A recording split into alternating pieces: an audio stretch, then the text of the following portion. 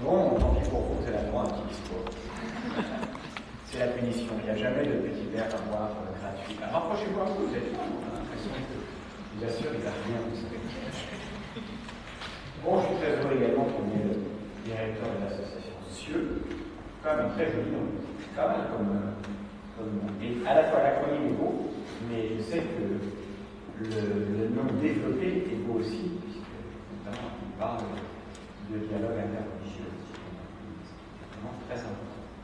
Bon, évidemment, on est très heureux de vous accueillir, Lucas, merci, parce que quand même, et les deux représentants quand même de l'Institut français. On est vraiment très heureux de vous accueillir avec les quatre. Ah bah, il y en a deux qui se mettent de l'autre côté, parce que sinon. Mais on va parler des femmes d'un côté et des hommes de l'autre, donc voilà, bon, évidemment, on voulait vous remercier avec un petit moment un peu solennel pour vous dire que ce que vous avez fait, ce que vous faites, est une contribution absolument essentielle à la relation entre nos deux pays, puisque vous êtes en réalité des ambassadeurs, c'est les ambassadeurs à la fois de la France et de la francophonie. Et c'est pour ça d'ailleurs que vous êtes accueillis à Alliance de France, parce que vous pourriez très bien occuper cette maison. Ça serait tout à fait justifié, puisque vous en êtes une nouvelle fois les ambassadeurs. Et dans les établissements où je vais, nous allons avec Mathilde assez régulièrement, où certains d'entre vous officient depuis plusieurs mois. J'ai été frappé vraiment par les retours extrêmement positifs, à la fois des équipes éducatives, mais aussi des élèves, sur votre contribution. Alors, il m'est arrivé de me tromper un tout petit peu entre un panda et un poisson. Moi, je maintiens que c'était un poisson. C'est le contraire, je ne sais plus, j'avais dit que c'était un panda, ou j'avais dit que c'était un poisson. D'accord. Les élèves avaient dit ça. D'accord. Je maintiens, je pense que mes élèves avaient dit ça. D'accord. Bon, les élèves ont toujours raison. Voilà, donc je tenais vraiment à vous dire ça parce que ça m'a frappé dans les écoles où j'ai vu certaines et certains d'entre vous fonctionner, et ce que j'entends, c'est que c'est le cas partout. C'est une contribution extrêmement importante. Vraiment, parce que, vous le savez bien, puisque ça a été votre quotidien, c'est très important que vous aidiez à construire ce lien avec la France et avec la francophonie, que vous aidiez à construire ces ponts, et que vous permettiez aussi que les élèves entendent du français natif, comme on dit. Est-ce qu'il y en a d'entre vous qui ont des accents de certaines régions françaises ou pas?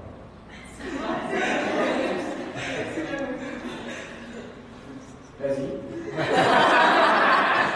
Est-ce que vous voulez que je vous dise? Voilà. Mais c'est bien aussi qu'ils entendent que voilà, le français est parlé avec un accent différent quand on habite Strasbourg, Paris, Lille, Lyon, Rennes, ou Marseille, ou Bordeaux, etc., ou Saint-Denis, etc. Mais il n'empêche que vous apportez ça, vous apportez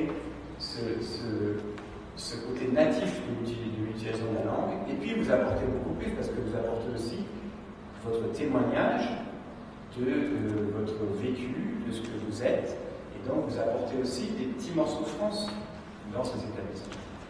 Et à une époque où il y a beaucoup de gens qui voudraient mettre des murs, créer des fossés, créer de la distance entre les cultures, les civilisations, ce que vous faites, c'est exactement le contraire, et c'est la meilleure des réponses. C'est le lien le plus près du peuple, entre les peuples, et on sait bien à quel point cet enjeu est important, et l'est encore plus aujourd'hui. Je ne fais pas de dessin, vous voyez à peu près de quoi je parle. Il faut absolument que, y compris avec des actions comme les autres, on résiste à ces très mauvais vents venus du Far West. Je pense qu'il est très très important qu'on maintienne ces éléments de dialogue entre les peuples. Pour nous, la défense du français, en même temps, c'est pas du tout une défense d'une langue contre les autres. Et c'est aussi au ça que vous allez contribuer, c'est au multilinguisme. Évidemment, pour les jeunes Égyptiennes et Égyptiens de ce pays, il faut maîtriser plusieurs langues. L'arabe d'abord, bien sûr, c'est la langue du pays. L'anglais, parce qu'il ne faut pas faire semblant, l'anglais est évidemment une langue de véhicule international, Et le français, qui d'ailleurs a un ancrage fort ici, ça permet d'enrichir à la fois cette maîtrise des langues, mais aussi cet horizon culturel qui va être un atout ensuite pour tous les enfants avec qui vous avez été en contact jour après jour. Et tout le monde, et notamment par exemple les entreprises françaises, nous disent à quel point le fait d'avoir ici, en termes très technocratiques, un capital humain multilingue, c'est un atout pour ces jeunes Égyptiennes et Égyptiens. Et ça sera notamment grâce à vous que tout ça se développe. Donc c'est pour ça que je suis absolument ravi qu'on puisse avoir ces initiatives. Merci vraiment à l'association CIEU une nouvelle fois, puisque c'est quand même grâce à vous essentiellement que nous avons cette présence dans l'établissement. Je n'oublie pas évidemment l'œuvre d'Orient qui fait également un travail remarquable. Et je n'oublie pas, bien sûr, les assistantes et assistants de langue française de France Éducation Internationale, même si ce n'est pas la majorité pour les deux dernières organisations, c'est une contribution aussi importante. On parlait de ce que vous apportez. Je pense aussi profondément que ce séjour de 7-8 mois, on va dire 8 donc, vous a beaucoup apporté aussi à vous. Vous avez la chance extraordinaire d'avoir quelques semaines de moins que moi, et donc vous êtes à un moment de vie où vous pouvez vraiment être dans ce moment merveilleux de la découverte. Et partir comme vous l'avez fait pour de longs mois à l'étranger, dans un environnement culturel, dans un environnement linguistique différent, c'est évidemment un apprentissage, un élément de votre propre construction que vous garderez éternellement. Vous ne vous en rendez pas forcément compte maintenant, mais vous vous rendrez compte dans 5, 10, 20 ans à quel point ça aura changé votre regard sur le monde et sur les choses. Vraiment, je vous assure que ce capital-là, c'est quelque chose qui vous sera extrêmement précieux et c'est quelque chose qui vous aide à construire votre vie. Vous êtes déjà des jeunes adultes, mais ça vous enrichira vraiment, il n'y a absolument aucun doute. Et puis peut-être que certains ont découvert un métier d'enseignement. Peut-être que ça intéressera certains d'entre vous. Je sais que plusieurs ont commencé à apprendre l'arabe. Vous avez la chance de l'apprendre là, à votre âge. Moi, je l'ai appris beaucoup plus tard et c'est un désastre absolu. Donc là aussi, je pense que c'est un capital et une chance considérable. Et de toute façon, vous avez appris à échanger avec d'autres, à voir les choses de façon différente, à comprendre que d'autres personnes ont un regard différent, et il n'empêche que nous partageons en même temps cette humanité qui justement nous rassemble. Et c'est ça le grand défi, et je pense que ça sera un des très grands défis de votre génération à vous, une nouvelle fois parce qu'il y a des vents contraires extrêmement forts qui essayent de combattre cela. Il y aura pour votre génération un défi majeur qui est celui de la compréhension mutuelle. Et ce que vous venez de faire là vous permettra d'être des acteurs de ça, des actrices de ça. Donc félicitations, bravo aux garçons qui ont réussi à résister dans un environnement très féminin. C'est évidemment une plaisanterie, bravo aux filles surtout d'avoir été là. Félicitations à tout le monde et je vous souhaite le meilleur pour la suite et je sais qu'il y aura une belle et heureuse suite. Donc félicitations, bravo et merci d'être venu aujourd'hui.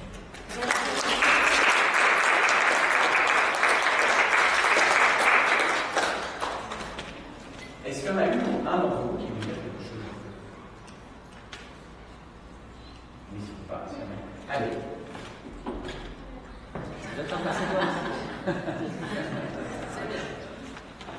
Allez, témoignage. Bonjour. Alors, je vous avez pas pour 2 minutes. Ok. Non, c'était vraiment un honneur d'être.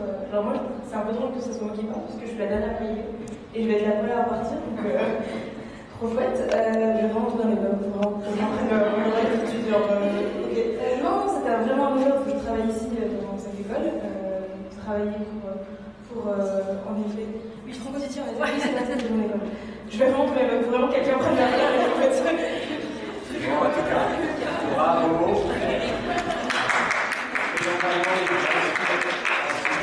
Bravo, courageux, comme ça, a cappella. C'était pas un cadeau que je t'ai fait. Tu l'as très bien saisi et je te félicite. Tu vois, voilà, comme quoi on peut devenir ambassadrice en 1 minute. Il a très bien fait.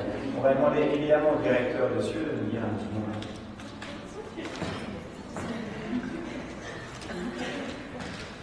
Monsieur l'ambassadeur, madame l'ambassadrice, mesdames, messieurs, chers amis, chers volontaires, c'est avec émotion, je le disais tout à l'heure à Sarah, je crois, qui était un peu basculée entre deux émotions un peu contradictoires, celle de la joie d'accompagner comme si on pouvait encore continuer, monsieur l'ambassadeur nous a rassuré sur ce point, la route, et en même temps un peu la tristesse de cette fin de mission qui se termine. Vous allez partir dans quelques jours pour la plupart.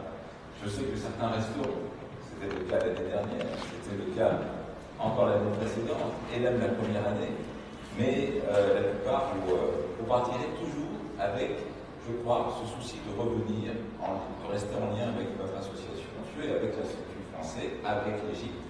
Et je crois que les mots de M. l'ambassadeur ne sont pas seulement prophétiques, je crois qu'ils sont tout à fait réalistes. C'est ce que vous avez appris aujourd'hui, cette année, durant ces 8 mois, ça, durant toutes les autres années que vous aurez à vivre, parce que cela va engager votre relation avec eux. Vous avez appris à effectivement transcender, de dépasser, aussi à développer l'empathie pour mieux accueillir la culture que vous ne connaissiez pas et partager la vôtre.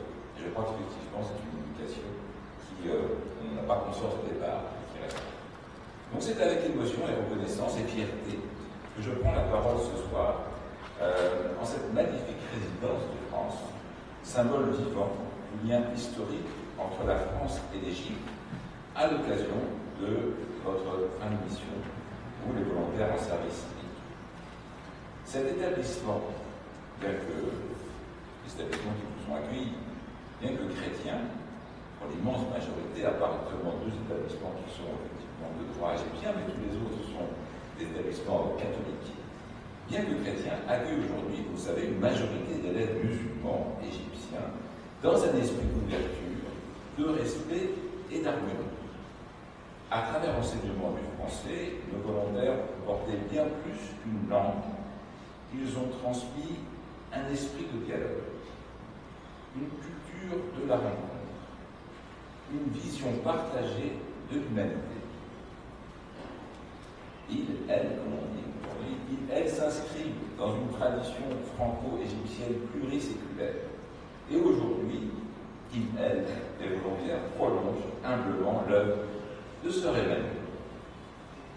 Figure emblématique de la congrégation de Notre-Dame de Sion, qui vécut aux côtés des plus pauvres, au Caire, mais aussi à Alexandrie, dans un engagement de fraternité absolue.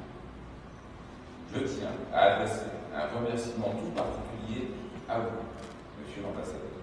Je n'ai rien fait, mais c'est gentil. Gentiment. Une parenthèse pour saluer votre initiative qui la toute première en 3 années d'exercice.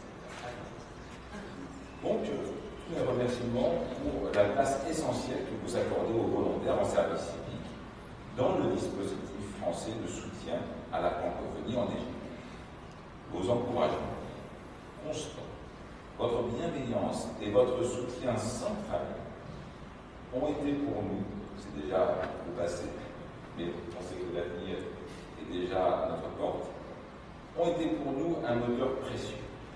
Vous avez su reconnaître que ces jeunes ambassadeurs, comme vous les avez appelés, ces ambassadeurs de terrain, participent pleinement au rayonnement du français, mais aussi à celui de nos valeurs humanistes au cœur même des communautés.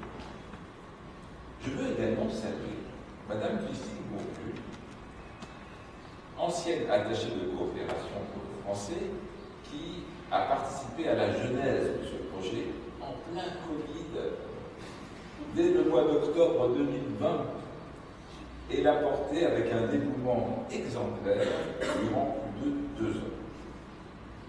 Je salue aussi avec la même gratitude son successeur, M. Franck Torres, pour sa rigueur, son écoute et son engagement fidèle dans la continuité de cette œuvre. Merci aux conseillères pédagogiques et celles qui sont présentes notamment aujourd'hui, Sabah, Hosseina, Sarah, ici. Merci pour vos conseillères pédagogiques, aux directrices et directeurs d'établissement, aux congrégations religieuses en général et aux tutrices qui ont accompagné nos volontaires avec autant de professionnalisme que de chaleur humaine. Cette chaleur humaine que découvre tout de suite en arrivant en Égypte, tellement elle est extraordinaire. Et bien sûr, merci à nos volontaires. Vous avez été des bâtisseurs de ponts. Vous avez honoré la France. Non par les discours, mais par la présence, l'attention, la patience, l'échange. Dieu œuvre pour un monde fondé sur l'éthique universelle.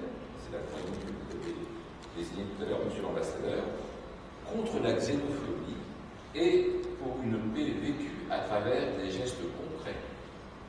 Ce que vous avez fait ici, à travers l'enseignement du français, en est une magnifique illustration. Vive la jeunesse engagée, vive la francophonie vivante, vive l'amitié entre la France et l'Égypte. Bravo.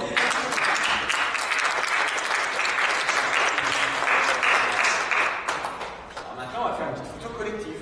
Ah, quelle bonne idée! On va peut-être faire ça dehors. Venez.